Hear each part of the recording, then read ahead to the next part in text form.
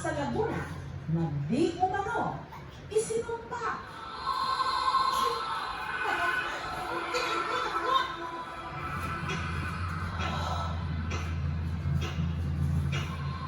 Pasensya ka na at patawad kung nagambala kita. Hayaan mo alagaan kita. Kasi lang ko naman ako lang yung maminapit sa'yo.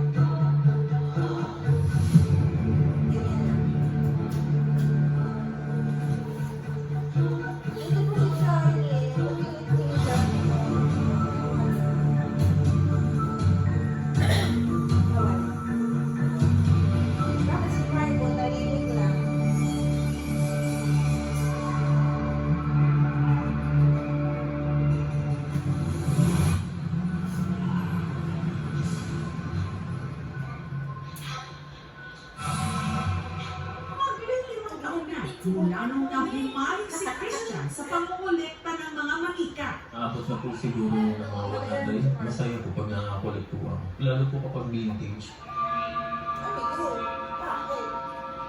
Display na po talaga sila. Mahirap din po sila alagaan, lalo po sa paglilinis. Kailangan dahan-dahan lang po. Kasi po sobrang handa na rin po.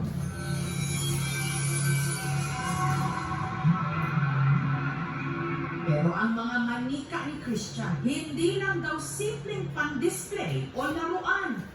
Di umano, ang ilan kasi sa mga ito. Haunted, Yung mga kapatid ko po, takot po sila, lalo pag nandito po sa bahay. May sound na nanggagaling dun sa kwartong doon. Parang may naglalaro po ng mga manika.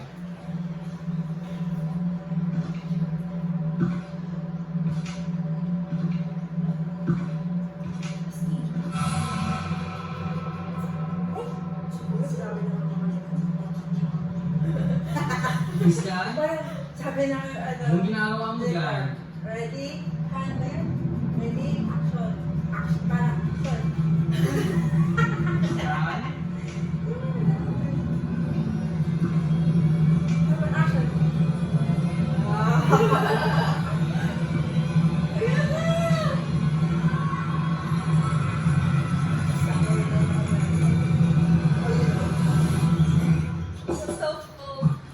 Wala ko kung ano eh.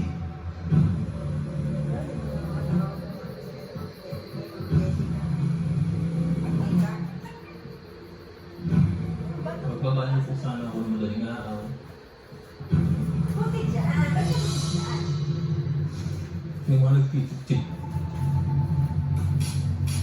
Gusto mo na sausage, bibigyan ka ng sausage mo. Ha? Gusto mo sausage, bibigyan ka ng sausage. Mamaya, kung kumari ka na.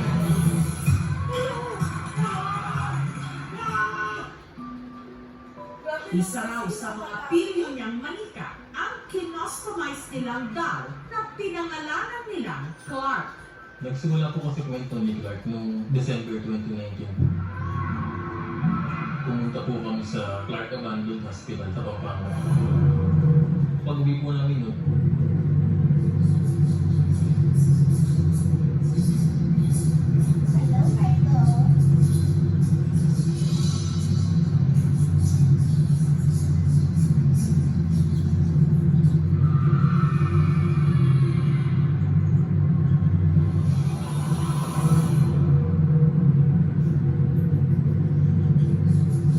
itim na itim, duguan po.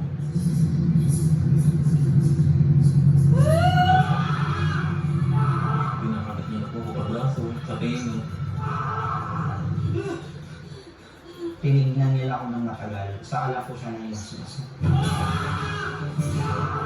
Ang bangungot na yun, makailang beses pa raw naulit. Kaya si Christian nag-isip na ng solusyon. Nabuo po yung idea ko na maghanap po ng na lalaki. Binili ko po siya sa Japan Surplus. Pininturan ko po siya ng black. Yung nakabaliktad na cross ko, nag-represent po sa evil.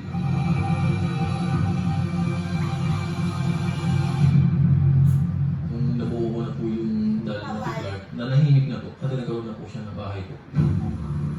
Pero lingid sa kaalaman ni Christian, simula pa lang pala ito ng mas malalang pagpaparamdam. Ilang araw lang po. Sa kabilang kwarto po, kung nasan po yung mga collection ko po, may naglalaro po ng mga laruan ko po doon.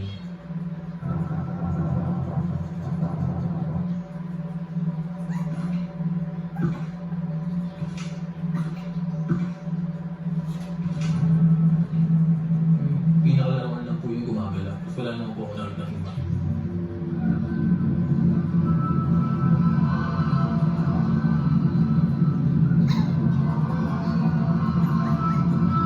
What the fuck? Sa kalagitnaan ng aming interview kay Christian, may kung anong bulong ang nai-record ng camera. Pakinggang maigi. Na nakakahilo po tingnan.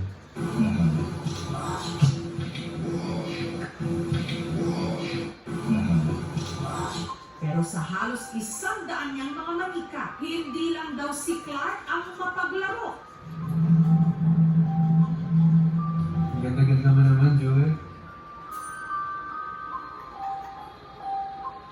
Kaso, wala nang space dito eh. Sabi na lang kaya natin sa akin. Bakit? Si Jewel po, binili ko po sa isang online seller po ng mga nan po. Yung suot-suot niya, vintage po na dress. Yung maabo po yung mata niya, parang usap. Inilagay ko po sa tabi ko kasi wala pa po siyang pag-display yan eh. Tapos nung ginagabihan po niya. Hala, bumaba lahat! Iniwan ako! Ala! Ala! Marga!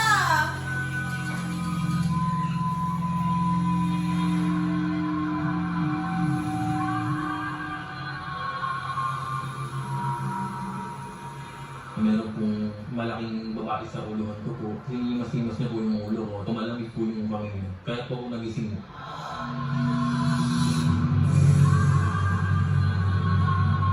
Tutig-tutig po yung mukha. Nakadress din po, katulad po ng suot ng Jewel po. Takot na takot po ako. Gusto kong bumangon pero hindi ko po magawa.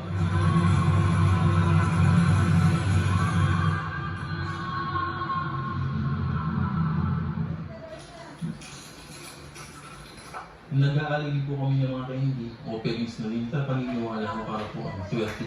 Pantay-pantay po yung pagtingin ko. Wala pong favoritism. Kasi baka yun po, mag-ingita na lang po.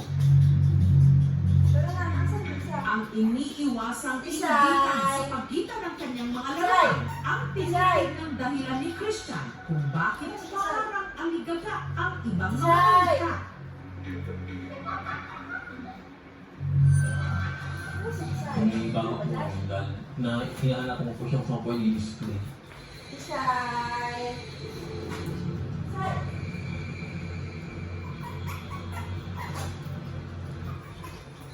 Pinagpalit ko po sila ng isang dal ko. Ito ang itsura po niya.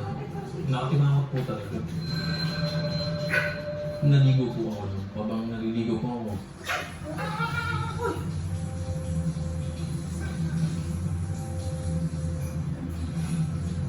Yan. Ay! Hindi yun! Hindi ko na ipag-bingon ha!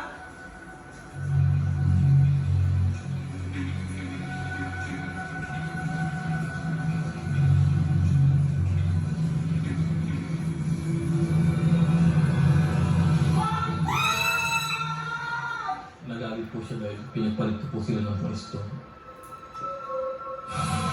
What the fuck? Isa sa pinakapaborito ni Christian, ang manikang pinangalanan naman niyang Ichimatsu, Japanese doll na para raw nabubuhay.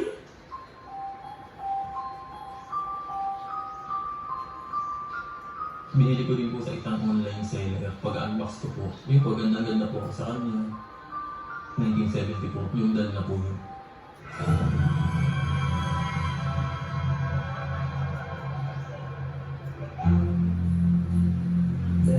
Crystal ka. Dito nakita ka agad. Display ko po siya ng nakapatong lang po sa cabinet. Tapos yung box po niya, naiwan po sa taas. No more.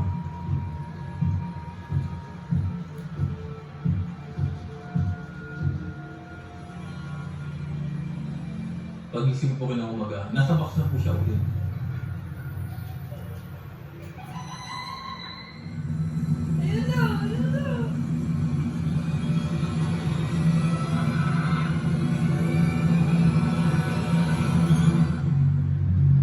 Hanggang isang araw, may nag-message kay Christian. Nung makilala ko pong pagan witch, nag-PM po agad siya sa akin.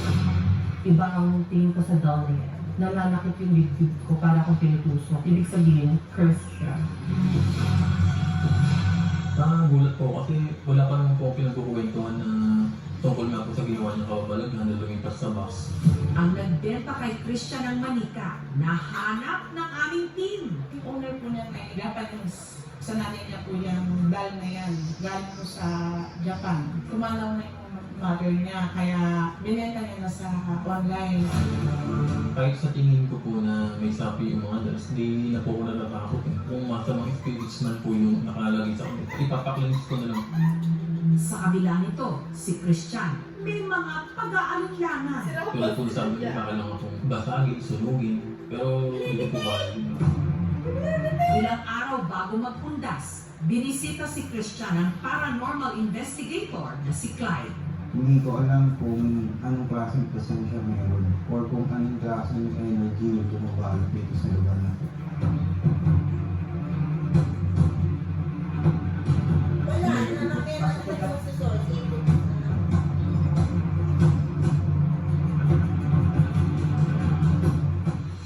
Ito bang manika na ito? Ito yung unang hinawakan ko.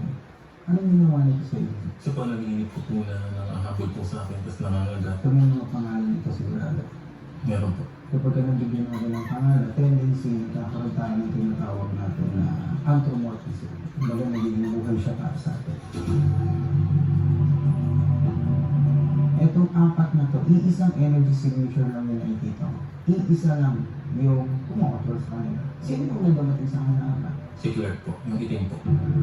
So sinasabi ko na nga ba, so ginagamit ko Clark na lang itong tatlong tao. At kung sino yung gumagamit kay Clark, nagsisimula sa'yo. Kasi ginipag mo to, ginawa mo to, binuhay mo. Ikaw yung nagsisimula yung sa kanila. Yung story ni Clark is isa siyang bata, yung buong katawan niya nasunog. And then sobrang galit niya, kaya siya hindi matahimik sa akin. Gusto ni Clark ng kalaro, kaya itong mga manika na to is pinakikialaman niya. Stop mo yun. Inisip ko yun, parang mga bata rin po sila. Pero ito yung mission na kalaro. Kapag tinuloy-tuloy niya, dadami sila. And kapag dumami sila, ito ang matapahanan. Hindi mo alam kung ano yung pwede niya gawin sila. Huwag mo silang i-spoil. Ayaw ko po, pasulog po, pasira po. We are going to do some other methods. Bit-bit ang mga pinaniniwalaang poses ng mga manika. Bumiyahe pa kalamba sa Laguna kung saan isasagawa ang ritual.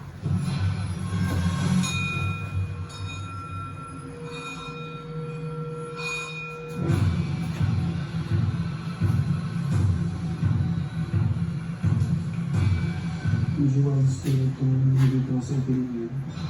Sa kalagitnaan ng ritual, ang lapel microphone pumalya.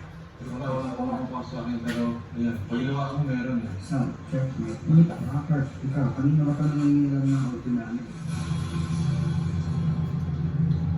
Hanggang sa si Christian, may naramdamang kakaiba.